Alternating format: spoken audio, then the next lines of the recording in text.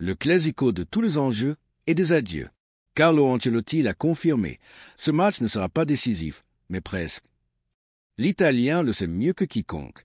Dimanche, au stade olympique de Montjuïc, le Real Madrid se rend à Barcelone pour un Clásico qui pourrait sceller le sort de la Liga et marquer la fin d'une ère. Après une victoire difficile face au Celta, où le Real a dominé pendant une heure avant de souffrir sur la fin, Ancelotti s'est exprimé sans détour. On aurait pu tuer le match avec Gullit, mais on a trop reculé.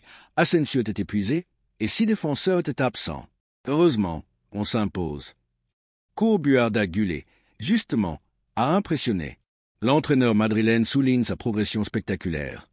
Plus fort physiquement, toujours aussi talentueux, patient malgré son passage sur le banc. C'est la trajectoire normale d'un joueur qui rêve du Real, affirme Ancelotti, qui a su gérer l'effectif avant les individualités. Sur le plan tactique, le coach prépare un plan clair. Rodrigo, légèrement fiévreux, sera prêt. Bellingham, fatigué en fin de match, mais indiscutable. Il gère mieux la pression que l'an passé, dit Ancelotti, qui salue aussi le travail de son entourage après avoir été critique. Mais au-delà du terrain, c'est une annonce imminente qui agite les coulisses, le départ de Carlo Ancelotti. Selon Marca, l'officialisation est attendue après le Clásico, entre le 11 et le 14 mai. L'Italien a déjà trouvé un accord avec la direction. Direction, la Seleção.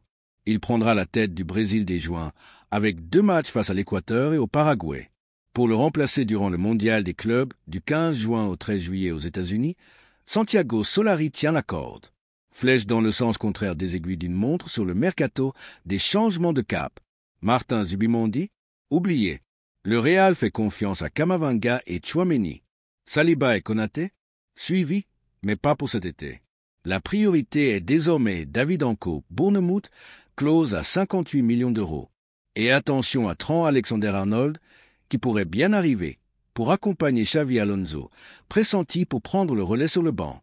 Symbole de collision et pendant ce temps, un jeune nom refait surface, Joan Martinez, défenseur central de 19 ans. Longtemps blessé, il pourrait connaître ses débuts pro lors du mondial des clubs. Un symbole fort d'un été qui s'annonce brûlant à Madrid. Claquette, le Real joue gros, très gros. Titre, avenir du banc, mercato et coupe du monde des clubs. Tout se joue en quelques semaines. Et tout commence dimanche à 16h15 face à l'ennemi éternel, le Barça.